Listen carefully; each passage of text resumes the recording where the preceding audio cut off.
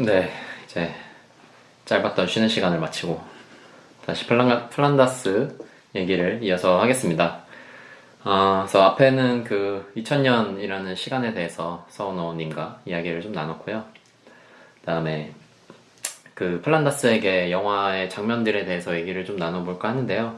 그 배두나 씨 연기한 박현남이라는 캐릭터가 그 친구 윤장미라는 그 고수희 씨가 연기했죠. 네, 그 친절한 금자씨에도 나오셨던 분인 것 같은데. 친절한 금자씨에서 그 금자가 그 되게 조치를 취하는 네, 나쁜 수용자로 나왔었고, 네네. 괴물에서는 그 송강호 씨가 연기한 강두가 갇혀있던 그 네. 격리소 아. 감호원으로 나왔었죠. 아, 네. 그분이시군요. 네네. 네, 그 송강호 씨가 이렇게 칼로 위협을 위협하는 그 인지되기도 한 캐릭터. 그분, 이제 그 고기 거먹고 있다가 아. 잡힌 그분이죠. 네, 네. 대단히 그 씬 스틸러시네요. 그렇죠. 봉준호 영화에 몇 번 나왔다고 네. 그러니까 다시 나온 배우죠. 네, 그래서 그 주인공 여자 주인공 격인 이제 현남과 그 현남의 친구 장미 이렇게 둘이 굉장히 절친한 모습으로 나와요. 그래서 뭐 치맥도 하고 뭐 이런. 욕도 하고 서로. 네, 그 되게 동네 친구 사이인데 네. 그 이제 친구인 윤장미가 문방구에서 일을 하고 있어요. 네. 그래서 그 동네에 있는 아주 작은 문방구인데 거기에 이제 약간 이게 옛날식인 것 같죠? 요새는 이런 문방구가 잘 없을 것 같은데 그렇죠. 그 위에 이제 카운터 보는 데가 장판이 이렇게 깔려 있어서 약간 반은 방 같고 반은 가게로 트여 있고 이런 느낌이라서 거기에 이제 이렇게 누워서 뒹굴뒹굴 하는 시간이 많아요. 그래서 이 현남이랑 장미가 같이 그 엄청 좁은 그 문방구 안에 바닥에 장판이 있는데 이렇게 낑겨서 눕는 그런 장면이 나오는데 이제 저는 그 장면을 되게 좋아하거든요. 그래서 뭔가 이렇게 되게 따뜻한 느낌? 둘이 엄청 친밀한 이런 느낌이 잘 나타나는 것 같아서 좋아하는 장면인데 그 봉준호 감독이 이제 그 다른 작품인 괴물에서도 보면은 그 주인공 현서가 사는 그 가족이 지내는 곳이 한강에 있는 매점인데 거기서도 이제 되게 그 좀 작고 공간이 좁고 이렇게 좀 낡았고 오래된 공간이고 이렇지만 이제 가족들이 옹기종기 모여 있거나 또 플란다스에게서는 친구 둘이 되게 다닥다닥 붙어있는 이런 공간들이 좀 나타나는 공통점이 있는 것 같아서 네, 이런 공간에 대한 애정이 감독이 좀 있는 거 아닌가 이런 생각이 듭니다. 그 이동진 씨가 한 10년 전에 그 네. 괴물 나오고 난 다음에 이 질문을 했었어요. 봉준호 감독에게. 그럼 제가 이동진 정도의 수준이 되는 거군요. 네, 따뜻함, 네. 그리고 넓은 공간이 주는 어떤 폭력성, 이런 그러니까 좁은 공간이 주는 따뜻함, 넓은 공간이 주는 폭력성, 이런 것에 질문했었어요. 근데 이 당시에는 봉준호 영화의 공간에 대해서 이렇게 질문한 사람이 없었나 봐요. 네. 보다 고즈음에는. 그래서 되게 흥미로워하면서 이렇게 얘기해요. 확실히 좁은 공간을 개인적으로 좋아하는 것 같기는 해요. 아이들은 엄마의 자궁 속에 있었던 기억 때문에 좁은 공간을 좋아한다 그러던데 제가 아직도 그런 건가? 라고 이렇게 농담을 하고요. 제가 광장 공포증이 있는지 잘 모르겠네요 라고 웃으면서 그러니까 넓은 공간을 무서워하는지는 잘 모르겠는데 영화적 관습을 좀 교란하고 싶어 하는 것 같다고 해요. 그래서 살인의 추억처럼 네. 탁 트이고 서정적인 전원적인 풍경에 여자 시체가 딱 등장하면서 되게 공포스럽게 바뀐다든지, 괴물에서 가장 일상적이고 괴물 영화스럽지 않은 드넓은 한강 둔치에 괴물이 튀어나온다든지, 그러니까 넓은 공간을 공포스럽게 만들죠. 네. 그래서 말을 하다 보니까 장소에 대한 제 개인적 취향하고 장르 영화적인 관심을 위배하고 싶은 욕구가 결합되어서 결과적으로 그렇게 표현된 것 같다라고 정리를 하거든요.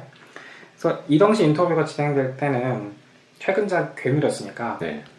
괴물까지의 영화만 놓고 얘기를 했는데, 이후로 우리는 마더하고 설국열차도 봤죠. 네. 그러니까 옥자한테 대처되고요. 마더에서도 상대적으로 좁은 공간이 등장합니다. 그 약재상 하잖아요. 그 네. 원빈 씨가 연기하는 도준의 엄마가 네. 약재상 하시잖아요. 근데 약재상 되게 좁은 공간입니다.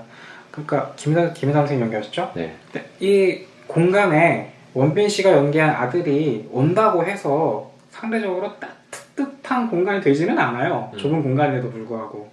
후반부에 아들이 영화 내내 그 등장인물들을 올가매든 소녀살인 사건에 어떤 식으로 연관되어 있는지를 아는 결정적인 인물을 찾아가는 장면이 있어요. 어머니가 그 어머니가 찾아간 그 인물의 집도 굉장히 좁아요. 네. 근데 그 좁은 공간이라고 해서 따뜻하진 않거든요. 즉 마더에서의 좁은 공간은 빠져나가기 어려운 숨 막힐 것 같은 공간으로서 연출을 해버려요. 그러니까 앞서 이야기한 개인적 취향이나 장르 영화적인 관습을 위배하다 못해서 자기의 전작도 위배한 거 아닌가 싶은 생각이 들 정도예요. 그러니까 마더는 그 이전까지 봉준호가 좁은 공간에다 투영시켰던 일종의 따뜻한 기운 다 빼버려요. 근데 그렇게 보자면 설국열차는 봉준호식 공간 연출의 중간 결상을 하기도 해요. 공간이 아예 제목에 나오는 유일한 영화입니다. 네. 봉준호 영화 중에서 공간이 제목에 나오는 게 이것뿐이에요. 대부분 시간 아니면 인물이거든요. 네. 그러니까 구획된 공간이 있고 상류층의 공간에서 하류층의 공간으로 내려올수록 점점 좁아져요. 그러니까 잘 사는 칸이랑 못 사는 칸이랑 공간이 되게 줄어들어요. 내려갈수록. 그건 인구 밀도가 높아서이기도 하겠지 물론. 근데 가장 기차 앞에서 만나는 넓은 공간 안에 딱 한 명만 있는 그 윌포드라고 하는 에드에르스가 연기했던 그 인물을 만나는 그 칸은 그 공간에 마주치는 진실은 그렇게 해피하지는 않죠. 즉 봉준호가 확실히 좁은 공간에 상대적으로 매력을 느끼고 따뜻하게 연출하고자 하는 경향이 있는 건 맞아요. 그런데 작품이 후기작으로, 그러니까 지금의 관점에서 후기작으로 건너올수록 자기가 이전에 규칙적으로 만들어왔던 공간 연출도 자기가 위배해버리는 특성이 보여요. 근데 폴란다스에게는 첫 영화니까 봉준호가 가지고 있는 개인적인 취향, 개인적인 생각, 그런 것들이 어쩌면 가장 전면에 드러난 영화라고 볼 수도 있을 것 같아요. 그러니까 그런 면에서는 좁은 공간을 봉준호가 좀 좋아하는 거 아닌가라는 합리적인 추론을 해볼 수 있겠죠. 어떻게 보면은 그러니까 좁은 데서 살 수밖에 없는 사람들을 좋아하는 게 아닌가라는 생각이 드는데요. 그러니까 조금 낮은 계층의 사람들에 대한 애정이 있다고도 볼 수 있을 것 같긴 해요. 그러니까 그게 엘리트가 아랫사람들을 굽어보는 시선이 아니고 어쩔 수 없이 내가 이 사람들과 동일해지지는 못하지만 그래도 자기가 할 수 있는 한 최대한의 응원을 해주고 싶어하는 느낌이 보일 때가 있어요. 그러니까 플란다스에게 보시면 베두나가 정말 절체절명의 그 위기 상황에 그 어떤 생명체가 절체절명의 위기 상황이 왔거든요. 그래서 그걸 구하러 뛰어가는 장면에서 베두나가 딱 몸을 돌려서 뛰어가는 순간 저 옥상 위에 사람들이 막 엄청나게 많은 사람들이 환호하는 장면이 있어요. 그러니까 그건 응원이잖아요. 그러니까 봉준호가 이 장면을 얘기하면서 지금이라면 절대 그렇게 못 찍었을 거다, 너무 오글거려서 라고 이야기하긴 하는데 그런 낮은 계층의 사람들이 자기가 사랑하는, 자기가 지키고자 하는 어떤 자기의 태도, 삶의 방향, 방식들을 지켜가기 위한 투쟁이 나설 때 굉장히 응원해주는 경향이 있어요. 그러니까 괴물에서도 송강호가 괴물을 죽이러 갈 때 음악이 정말 경쾌하잖아요. 되게 처절하게 깔지 않아요. 그러니까 응원하듯이 격렬하게 뛰어가요. 그러니까 카메라가 뛰어간다는 건 감독이 인물 따라간다는 얘기잖아요. 그 인물을 보여주는 게 아니라 같이 호흡하고 싶어 하는 것 같아요. 그러니까 낮은 계층의 사람들에 대한 애정이 있는 것 같아요. 그게 위선적으로 보이지 않기 때문에 봉준호 영화의 매력이 등장하는 것 같아요. 그러니까 옥자 같은 경우도 낮은 계층 사람이잖아요, 주인공이. 그러니까 우리가 보지는 못했기 때문에 정확하게 말씀드릴 수는 없지만 되게 낮은 계층일 거라고 추측이 가능하잖아요. 그러니까 그런 사람들에 대한 애정이 저변에 늘 존재하는 것 같아요. 뭐 낮은 계층이라고 하기에는 너무 많다 보니까 좀 평범한 사람들이라고 하면 되지 않을까 싶은데 뭐 본인도 비슷하게 살지 않았을까요? 그러니까 좀 그 속에 섞여 들어가는. 봉준호는 엘리트 그런가요? 사람이에요. 아버지도 교수님이시고 봉상균이라고 디자인 업계에서 되게 유명한 교수님이시고. 그러시군요. 그 천변풍경을 쓴 그 박태원, 소설가 박태원의 그 조카기도 하고요. 그러니까 되게 공부 잘한 엘리트의 출신이에요. 그래서 사실 본인이 그렇게 부르주아지에 가깝다고 볼 수 있을 것 같아요. 사회적인 계층으로는. 근데 그런 사람임에도 불구하고 좀 더 사회 경제적으로 이 취약 계층인 사람들에 대한 애정이 보여요. 근데 그게 말씀드렸던 것처럼 위선적이지 않게 보이기 때문에 더 좋은 것 같기도 해요. 그렇군요. 네, 봉 감독님에 대한 이야기를 좀 많이 나눠봤고요. 그래서 그 공간에 대해서 좀 어떤 느낌을 주려고 했었는지 이런 이야기들 들어봤고, 다음 질문을 좀 드려보면은 그 이제 플란다스에게에서 주인공인 고윤주 씨가 그 아내가 이제 임신을 한 상태인데 그 아내가 그 갑자기 개를 사오는 거였나요? 네, 난데없이 사들고 사는 거죠. 사실 약간 이게 현실성이 맞나라는 생각이 들긴 했는데 왜냐면은 임신한 분이 개를 사는 게 좀 쉽지 않은 선택일 것 같거든요. 그렇죠. 왜냐면 개와 아이가 같이 지낸다는 게 개를 먼저 키우다가 아기를 임신하게 돼서 같이 이렇게 자라하는 상태면은 뭐 그럴 수 있겠지만 개를 안 키우던 분이 애를 임신했는데 뭐 그럴 수도 있겠죠. 네, 제가 뭐 너무 또 편견을 받는 걸 수도 있으니까. 어쨌든 그래서 그 아내가 개를 갑자기 사와서 그 개도 굉장히 이뻐하면서 이제 그 개를 좀 너가 이제 남편한테 이제 너는 이제 낮에 시간이 집에서 있으니까 너가 걔를 좀 산책도 시키고 네, 씻기기도 하고 네, 밥도 주고 뭐 이렇게 주고. 하라 이런 미션을 맡기자 이제 이 고윤주는 걔를 별로 좋아하지 않는 애인데 걔가 집에까지 와가지고 너무 화가 났지만 뭐 이 경제권을 쥐고 있는 부인님은 뭐 사실 경제권을 쥐지 않고 있어도 이제 부인의 말을 따라야죠. 까라면 까. 네, 그래서 부인님이 시키시는 대로 고분고분 이제 억지로 막 걔를 산책시키러 나갔다가 그 방역차가 이렇게 그 소독을 하는 방역차 있잖아요. 지금은 잘 안 보이죠? 그쵸, 뭐 간혹 본 것 같긴 한데 어쨌든 어릴 때는 좀 많이 봤던 것 그게 같은데. 아마 소독을 하는 방식이 달라진 거 아닌가 싶어요. 그러니까 그렇겠죠. 연기를 확 뿌리는 게 아니라 뭔가 특정한 곳에 이렇게 음. 분무하는 방식이 바뀐 거 아닌가 싶어요. 그러니까 그런 우리 세대까지는 그걸 어렸을 때 봤던 기억이 있는데 그쵸. 언젠가부터는 별로 못 본 것 같아요. 네. 그 방역차가 갑자기 그 고윤주의 주변을 에워싸면서 그 연기가 이제 확 나서 그 연기로 인해서 좀 시야가 흐려지죠. 네, 그 이제 그 화이트아웃이라고 표현하기도 하는데 이렇게 화면이 하얗게 되는 그 하얀색이 가득 차다 보면은 이제 완전 하얀 화면이 되는 듯한 그런 장면을 연출해요. 근데 이게 그 괴물에서도 방역차가 나왔던 게 저는 생각이 나더라고요. 그래서 그 송강호 씨가 연기한 강두가 이제 현서를 구하기 위해서 트럭을 타고 막 다니다가 그 자기 그 강두가 이제 괴물 피가 자기 몸에 튀었었기 때문에 혹시라도 전염이 뭔가 됐을까봐 자기를 소독한다고 이제 소독차의 연기에 몸을 다 맞는 뭐 그런다고 소독이 사실 될지는 모르겠지만 그러니까 강도라는 인물의 순박함을 보여준 장치였던 거죠. 네, 그런 마음을 좀 보여줬던 장면이었는데 어쨌든 그렇게 그 팔란다스의 개와 괴물에서 모두 방역차가 좀 시선을 끌듯이 나왔던 게 인상 깊어서 혹시 뭐 봉준호 감독이 어릴 때 이 방역차를 쫓아다니던 그런 그 시대는 그럴 수 있잖아요. 충분히 그럴 수 있죠. 네, 그런 추억이 있는 건가 그런 생각이 들었는데. 네. 그 플란다스에게에서 방역차가 내뿜은 연기 때문에 인물도 그렇지만 우리도 시야가 흐려지잖아요. 그렇죠. 보는 네. 우리도. 네. 그리고 아내가 사온 걔가 사라지죠. 네. 그러니까 연기가 주인공들의 행동 방향을 완전히 틀어버리는 어떤 중요한 기점이 돼요. 근데 제가 인터뷰를 뒤져봐도 봉준호 감독이 소독차나 방역차를 따라다녔는지, 그러니까 소독차나 방역차에 어떤 추억이 있는지에 대한 질문을 한 기자가 없더라고요. 네, 제가 한번 해보고 싶네요. 네, 그래서 감독이 이걸 밝힌 적이 없어요. 그러니까 지금부터는 소설의 영역인데, 자, 어쨌건 플란다스에게에서도 그 방역차가 등장해서 안개로 화면을 채워버리는 순간이 영화의 전반전이 끝났다고 볼 수 있잖아요. 그다음부터 후반전이잖아요. 네. 근데 주인공의 행동 방향을 틀어버린다는 건 영화를 보는 우리도 영화의 템포에 다시 맞춰야 된다는 거예요. 그러니까 전반전까지 영화가 갔던 템포랑 달라요. 걔가 사라진 다음부터는. 그렇죠. 그러니까 보는 우리가 보고 이런 얘기구나라고 보다가 뭐지? 나 다시 템포를 다시 맞춰줘야 되거든요.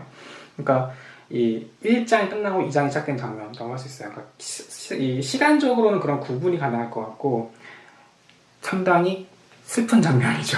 플란다스에게에서는 이것 때문에 굉장히 코미디적인 블랙 코미디 상이 발생하니까 상대적으로 괴물에서 강두가 딸을 만났을 때 바이러스를 옮길까봐 소독하는 장면은 상대적으로 신락 같은 희망이라고 볼 수도 있잖아요.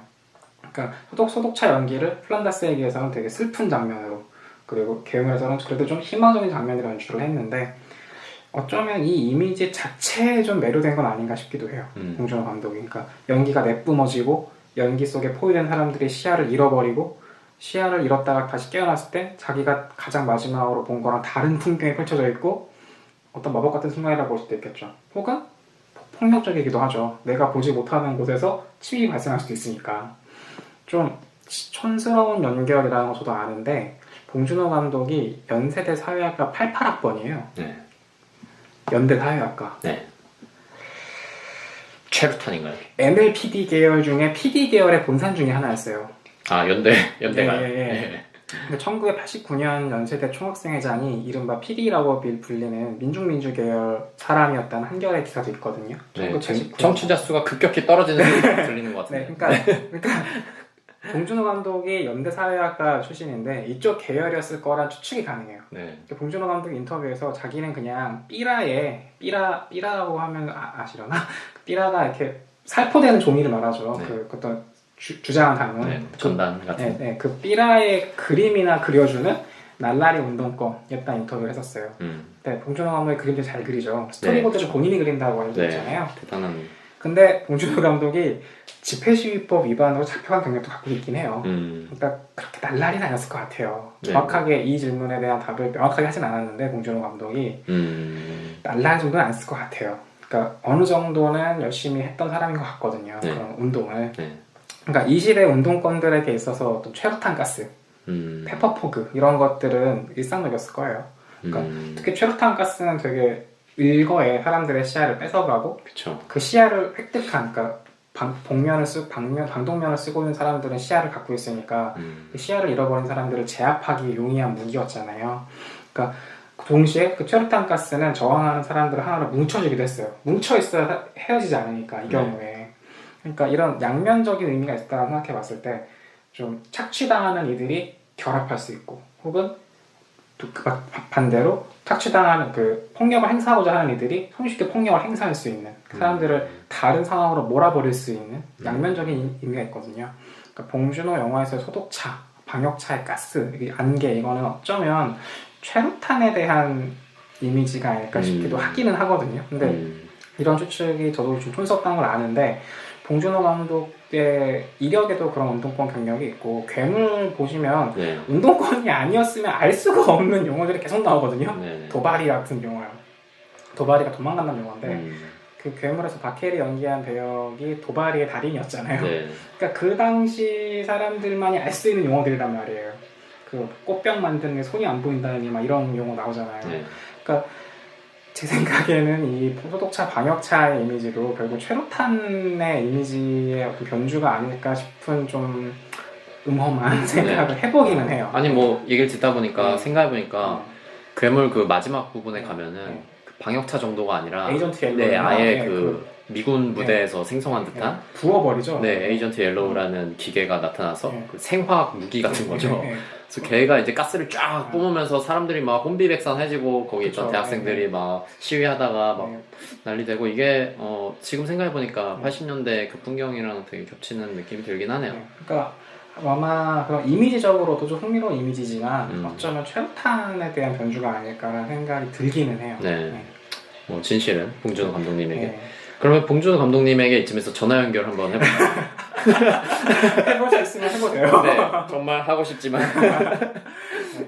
두 가지 물어보고 싶네요. 그 방학차 따라준다는 점이 있느냐?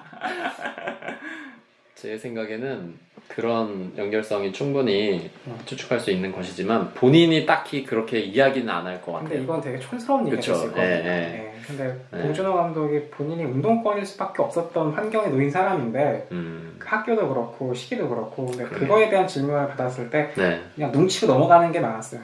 날라리 운동권이다 뭐 그 정도로. 그러니까 근데 진짜 열심히 한 사람들은 열심히 했다고 얘기 안 하잖아요. 지금 그런 게 아닌 사람들.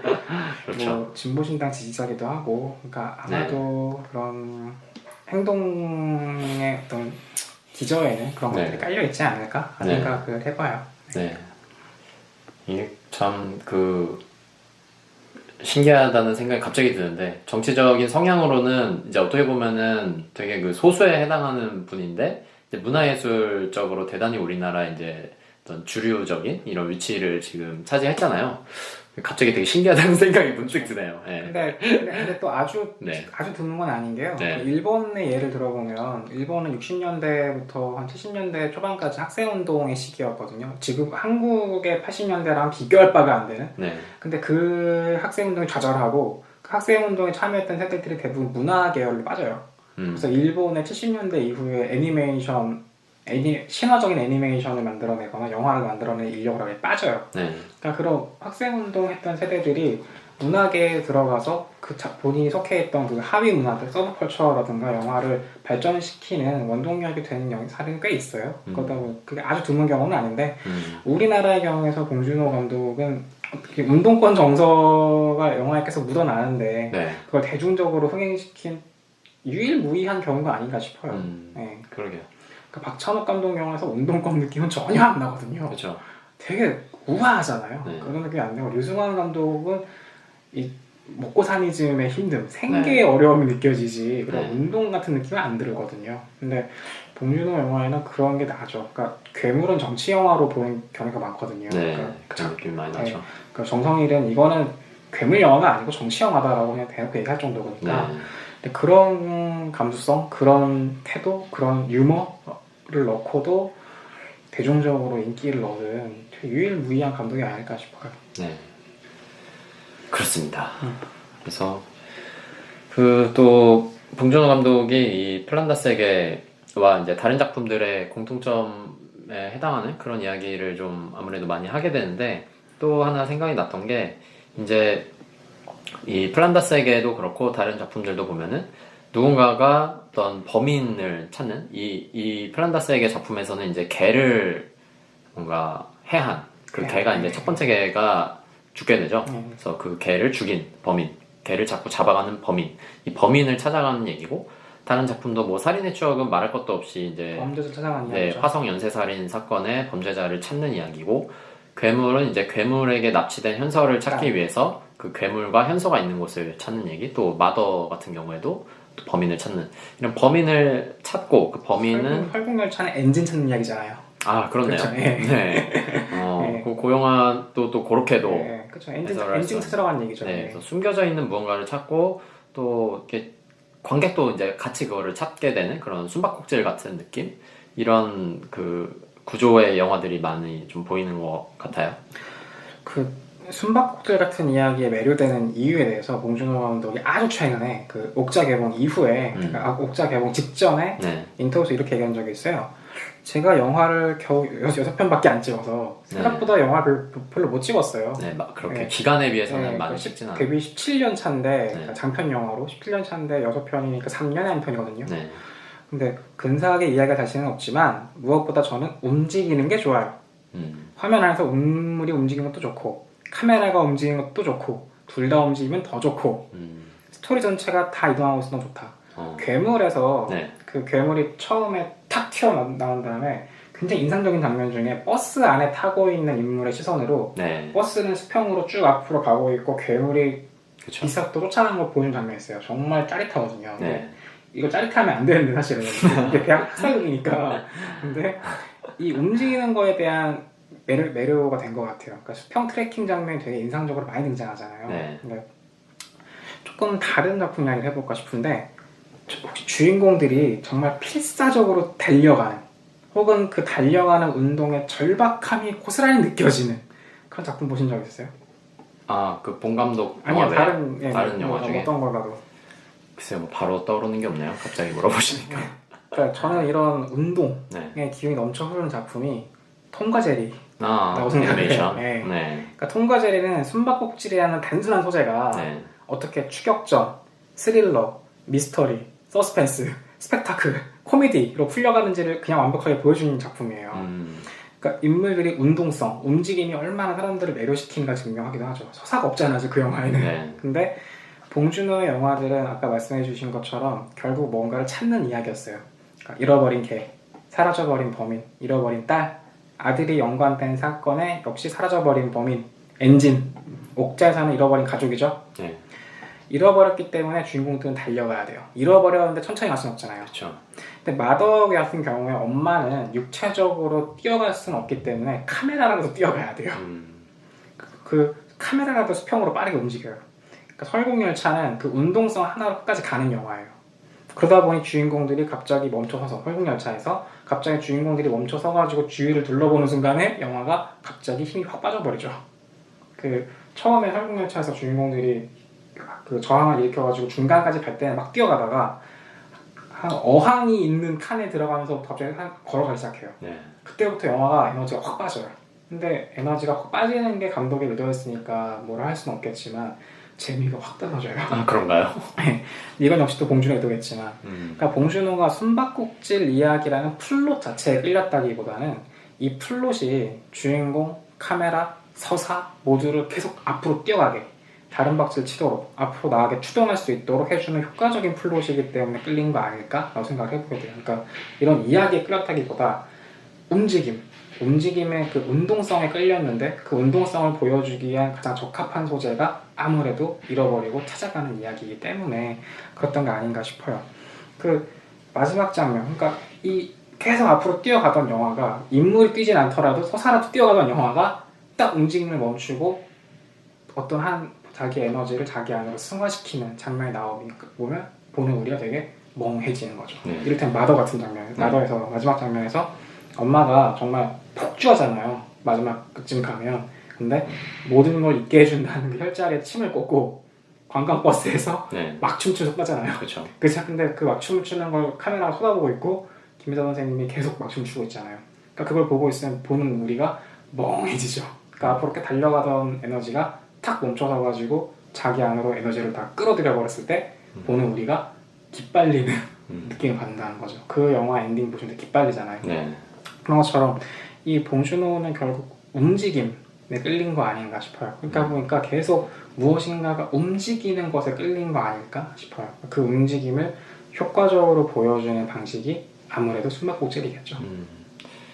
그 봉 감독의 영화를 보다 보면 저도 인상 깊었던 거 하나가 그 여기서는 이제 그 변희봉 선생님이 얘기하는 장면이 나오잖아요. 플란다스에게에서도 그러니까 비슷한 장면이 그 어디죠? 괴물에서도 나왔던 것 같고, 그러니까 변희봉이 괴물에서는 이제 그 무슨 이야기였죠? 그 매점에서 가족들한테 그 강도를 무시하지 말아라. 아, 강도의 어릴 적 이야기 뭐 이런 거를 할 때 똑똑했는데 맞아요. 또 연탄가스 연지문질 마시고 네, 맞아요. 근데 무시하지 말아라. 네. 그 얘기 약간 이렇게 길게 펼칠 때, 그 다음에 여기서는 이제 플란다스에게에서는 변희봉 선생님이 보일라 김씨. 경비원으로 나오는데 이 경비원은 이제 그 보신탕을 좋아하시는 분이에요. 그래서 개가 자꾸 사라지는 와중에 그 개를 이제 끓여서 잡수시고 싶은 분으로 등장을 하는데 이분이 이제 그 지하실에 어딘가에서 개를 이제 몰래 가져다가 이제 끓여 먹고 막 이러다가 다른 그 동료분인가요? 이렇게 와가지고 얘기를 할 때 이 보일러실에 관련된 아주 무서운 이야기를 갑자기 늘어놓으면서 그 긴 이야기를 할 때 이제 카메라가 이 사람을 가만히 이렇게 잡고 있는 게 아니라 아주 천천히 이렇게 줌인해서 들어가는 컷들을 많이 쓰더라고요. 그래서 그게 살인의 추억에서 그 향수기 이뻤다 얘기할 때도 그렇고 뭔가 대단히 중요하고 아주 관객이 집중을 요하는 그런 장면을 연출할 때 카메라가 굉장히 서서히 이렇게 인물에 가까이 들어가서 근데 그 움직이는 속도가 너무 천천히여서 그냥 처음 봤을 때는 이게 움직이는 건지 느낄 수가 없어요. 근데 자세히 보면은 그게 약간 이렇게 점점 들어가는 게 보여서 그 연출이 저는 너무 기가 막혀서 그거를 이제 제가 단편 영화 찍을 때도 좀 따라하고 막 이렇게 했었거든요. 그래서 그 이제 움직임을 좋아한다라는 얘기를 들으니까 그래서 좀 그런 장면에서도 카메라를 보통 가만히 잘 두지 않는 그런 감독이었나 이런 생각이 드네요. 그러니까 보는 사람들이 불편하지 않게, 근데 보는 사람들이 아주 조금씩 느껴지기 때문에 그냥 보면 느껴지지 않는데 집중해서 보면은 카메라가 아주 조금씩 들어가고 있죠. 들어가든지 빠지든지 그 중에 하나를 하고 있죠. 근데 카메라가 들어가고 빠지는 거를 느끼지 못한다는 게 되게 어려운 일인데 그거를 해내기 때문에 저는 정말 대단하다고 생각을 했거든요. 그래서 정말 역시 많은 분들이 좋아하지만 연출의 신이 아닌가. 그 봉준호 감독 영화 중에 정말 경이로운 장면이 하나 있잖아요. 살인의 추억에서 그 첫 번째 살인 사건 나고 송강호가 현장에 가잖아요. 근데 현장에 가는데 가서 뭐 사람들이 뭐 개판이야 개판 통제가 하나도 안 돼 있네 그러면서 막 위로 갔다가 아래로 내려갔다가 뭐 경찰이 다시 그 신발 자국을 발견해서 그거를 나뭇가지로 표시를 해놨는데 다시 또 내려가서 그 형사과장 또 변희봉 씨 연기했죠. 그 만나가지고 얘기하다가 변희봉 씨 떨어지고 그 사이에 또 트랙터가 지나가서 아까 그 발견했던 그 신발 자국을 흐트러뜨리고 그 와중에 또 다시 감식반 오고 막 이 장면 언테이크잖아요. 스테디캠이라고 하는, 그러니까 그 이전에 한국 영화에서 쓰이긴 쓰였지만 이 스테디캠을 이렇게 쓴 영화가 있었나 싶을 정도로 이렇게 허리에 차고 움직일 수 있는 여경보 기사님이라는 분이 찍으셨는데 여경보 기사님이 플란다스에게에서도 스테디캠 기사였어요.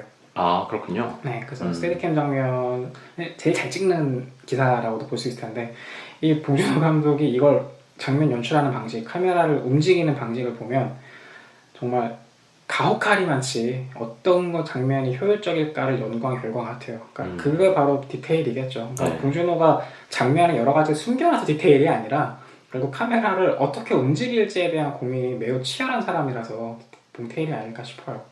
그게 사실 되게 중요하잖아요. 결국 영화는 카메라로 찍는 거니까 아무도 모를 뭐 상징 이런 거를 숨겨놓는 게 중요한 게 아니고 어떻게 찍을 것인가에 대한 고민이 제일 필요한 건데 그 고민은 제일 철저한 감독이 아닐까 싶어요. 그 스테디캠은 좀 설명 꿀벌을 또 해드리면 네, 네. 허리에 이렇게 차고 앞에 카메라를 그쵸. 설치를 하는데 얘가 그 무게 중심을 잡아주는 장치가 되어 있기 때문에 사람이 이렇게 뛰면서 카메라를 허리에 달고 찍어도 많이 흔들리지 않는 듯한 그런 느낌을 주는 그쵸. 고급 장비라고 할 수 있죠. 액션 영화에서 많이 요즘에 네. 이제 그 본 시리즈 같은 영화에서 네. 그 스턴트맨이 직접 카메라를 달고 주인공을 따라가면서 찍는 식으로도 많이 쓰이고요. 네. 근데 살인의 추억이 나올 때가 2003년인데 그때까지만 해도 이렇게 좀 경이로운 방식의 스테디캠 장면은 참 보기 드물었어요. 네. 요새는 장비들이 이제 가벼워져서 핸드폰용도 있더라고요. 그래서 손에 들고 얘를 무게추를 달아가지고 굉장히 좋은 장면을 보여주던데. 그러니까 그쵸. 그러니까 네. 확실히 민주적으로 바뀌어가는 것 같아요. 네. 그러니까 기술의 발전이 민주적이 되는 게 맞아요. 네. 사람들에게 적은 비용으로 네.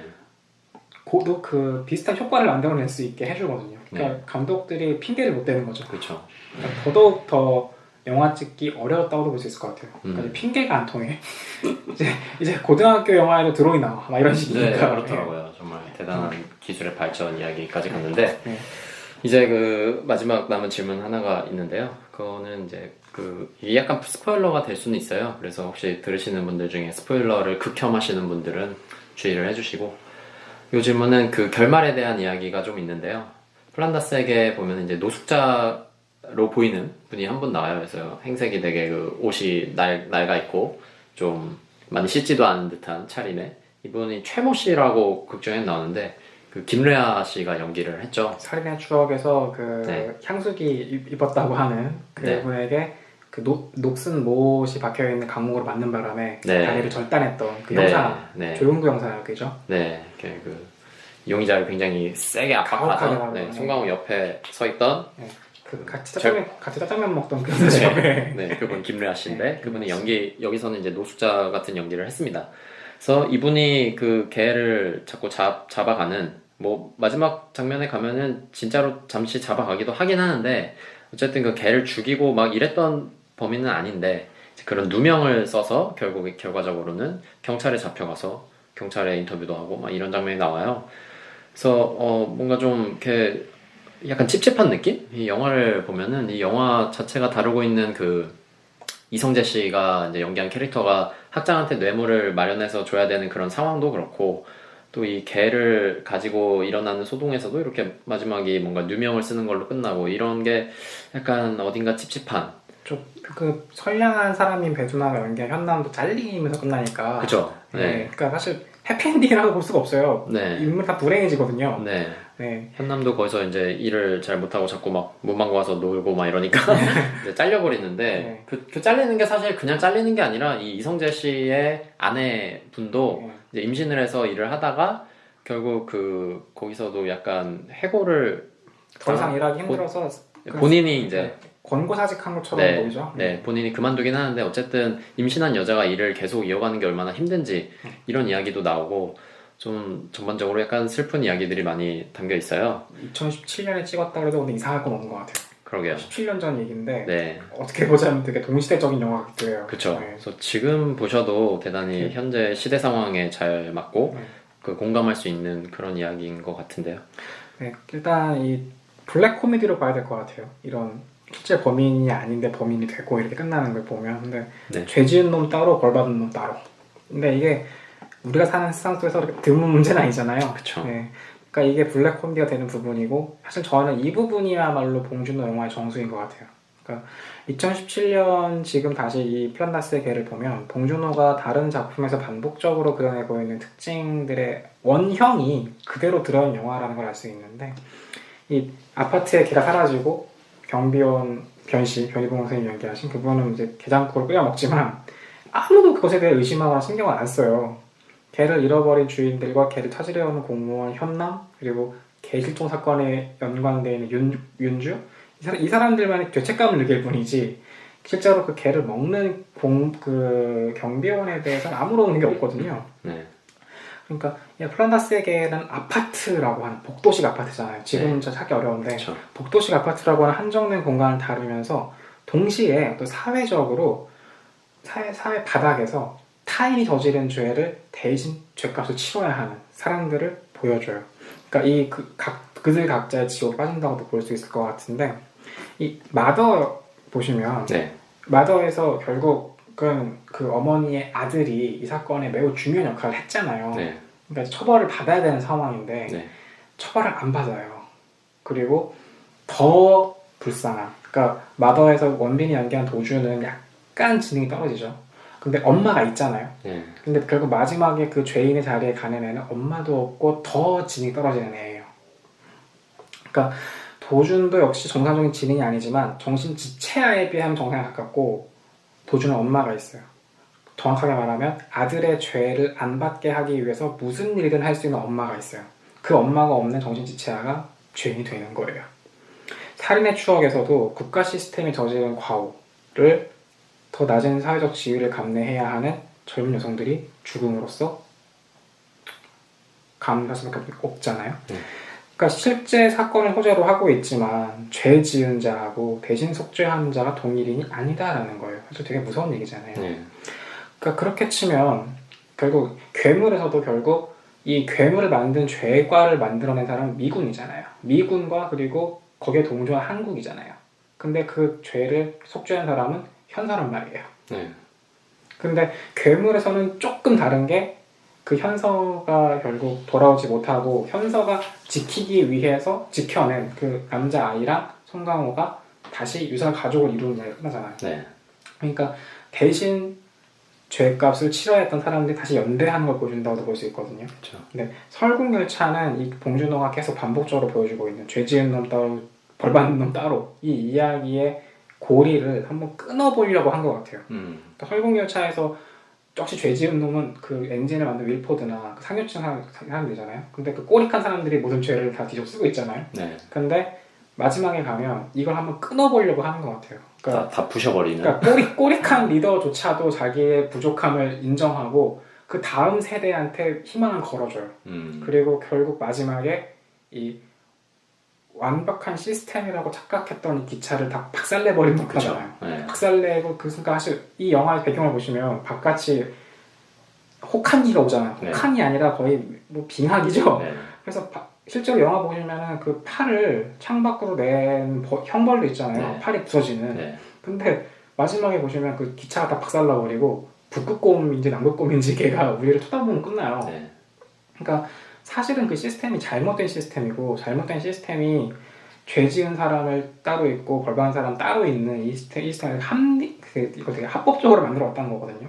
근데 그 시스템을 다 박살내버리면서 새로운 가능성을 보고자 하는 것 같아요. 그러니까 옥자가 어떨지는 아직 모르겠습니다만 봉준호 영화에서 반복적으로 보이는 특징이 죄 지은 놈 따로 벌 받는 놈 따로예요. 근데 지금까지는 벌 받는 사람들이 그냥 저항하지 못하고 벌을 받는 것으로 끝났다면 설국열차에서는 좀 다른 가능성을 보였다는 거죠. 그래서 저는 설국열차 엔딩이 좋았다고 생각이 들어요. 영화 자체가 봉준호 영화 치고는 기대보다 별로였다는 생각이 들긴 하지만 그 엔딩에서 이 잘못된 순환고리를 끊어버리는 되게 폭력적이지만 단호한 선택을 했다라는 게 저는 되게 중요하다고 생각이 듭니다. 그 플란다스에게 얘기를 하려고 했으나 역시나 본 감독의 모든 작품을 다룬 것 같네요. 그렇죠. 그러니까 우리가 하려던 게 플란다스에게를 통해서 이제 봉준호 영화의 어떤 특징들, 그 원형들 그런 게 어떤 게 있었는가 알아보려는 거였는데요. 지금 플란다스에게를 다시 보시면 자기가 지금껏 봐왔던 봉준호 영화들이 다 떠올라요. 그렇죠.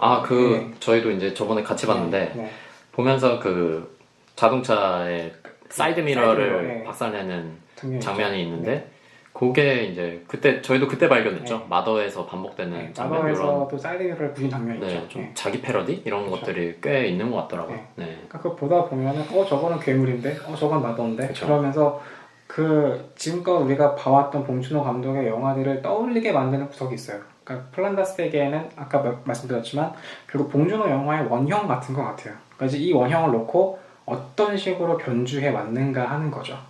근데 봉준호 감독의 최근 인터뷰를 보니까 옥자가 이제 한 시기의 끝일 거라고 얘기를 하더라고요. 그러니까 이제 옥자 이후 영화는 우리가 지금까지 이야기했던 봉준호 영화의 원형들, 뭐 죄 지은 놈 따로 벌 받는 놈 따로라든지 삑살이라든지 그런 게 아니라 완전히 다른 방향으로 나갈 수도 있다라는 거죠. 그건 또 지켜봐야겠지만. 그래서 본 감독의 플란다스에게를 시작으로 해서 많은 작품들에 대한 이야기를 좀 네. 나눠봤고요. 네. 어떻게 오늘도 마무리는 요 한 줄 요약을 준비해 오셨나요? 네. 이 플란다스에게는 어떻게 요약이 될까요? 늙지 않는 영화 같아요. 어떤 의미죠? 지금 봐도 젊은 영화고요. 음. 그때는 정말 새로운 영화였을 것이고 지금 봐도 지금 우리가 살고 있는 시대와 다를 게 없는, 어떻게 보자면 17년 전과 지금 달라지지 않았다라는 슬픈 감정이 들기도 하지만 여전히 흥미롭게 볼 수 있는 영화라고 생각이 듭니다. 그래서 영원히 젊은 영화라고 생각이 들어요. 늙지 않는 영화라고 말씀드리고 싶습니다. 꼭 네. 보시면 좋겠고요. 이 영화의 그 영문 제목이 짓는 개는 물지 않는다예요. 플란다스에게라고 하는 제목이 한국 사람들에게는 익숙하지만 이 서구권 관객에게 익숙하지 않을 수 있기 때문에 짓는 개는 물지 않는다가 원제더라고요. 이 원제가 어떤 의미일까 또 생각해 보시면서 보시면 재밌을 것 같습니다. 네, 오늘은 봉준호 감독님의 데뷔 장편 영화 플란다스에게라는 작품에 대해서 이야기를 나눠봤고요. 네, 이쯤에서 이제 마무리를 해야 될 것 같네요. 네. 뭐 다음 주에는 옥자를 네. 진행할 겁니다. 옥자가 현재 조금 미묘한 얘기인데 네. 그 불법 다운로드에 풀렸다라는 기사가 올라왔어요. 네. 그래서 웹하드 사이트들에 그러니까 토렌트나 먼저 네. 올라왔다고 해요. 그래서 네. 이 스트리밍으로 서비스되는 영화니까 네. 아무래도 이런 예측이 충분히 가능했죠. 그래서 현재 개봉날 현재 지금 풀려 있다고 합니다. 그래서 하지만 봉준호 감독은 아무래도 극장 상영 포맷을 염두에 두고 영화를 찍는 감독일 것으로 생각이 되거든요. 그래서 기회가 되신다면 영화관에서 영화를 보시는 것도 좋을 것 같고요. 네. 기회가 안 되신다면 넷플릭스 한 달은 무료이기 때문에 네. 넷플릭스 한 달 무료 신청하시고 네. 네, 보시고 해지하면 되지 않을까. 그러면은 이게 일단은 넷플릭스 가입을 하면은 당장은 돈이 들지 않고 볼 수 네, 있는 한 달은 거군요. 무료로 볼 수 있어요. 그래서 그냥 그래서 지금 사람들이 이 옥자 보려고 가입해서 네. 보고 해지하는. 그러니까 한 달 가입을 해놓으면 한 달은 무료고 가만히 있으면 이제 두 달째부터 자동으로 과금이 되는 시스템이거든요. 그러니까 뭐 그런 분도 있다고 하시고 아마 불법 다운으로 보시는 분도 계실 텐데. 네. 되게 여러 가지 이야기가 나올 수 있는 영화 같아요. 아무래도. 네. 네. 그래서 다음 시간에는 옥자에 대해서 이야기를 할 테니까 네. 오늘도 이제 아까 말씀드렸다시피 오늘 말씀드린 플란다스의 개나 혹은 또 옥자 등등에 대해서 많은 이야기들 댓글로 좀 부탁을 드리고요. 네, 지금 오랜만에 비도 왔잖아요. 그래서 이 가뭄이 좀 해결되었는데 우리의 댓글 가뭄도 좀 해결되었으면 좋겠다라는 소박한 희망 가져봅니다. 네, 도대체 재생을 클릭하신 300명 분들 다 어디 계신 건지 그 300 중에 우리가 100 아닐까요? 거기까지 생각 못했네요. 네. 30, 그래도 30 정도는 되셔서 100까지는 아닐 것 같은데 네. 어쨌든 저희를 포함한 300명 네. 좀 댓글 달아주시고요. 네, 그러면 다음 주에 뵙도록 하겠습니다. 수고하셨습니다. 감사합니다.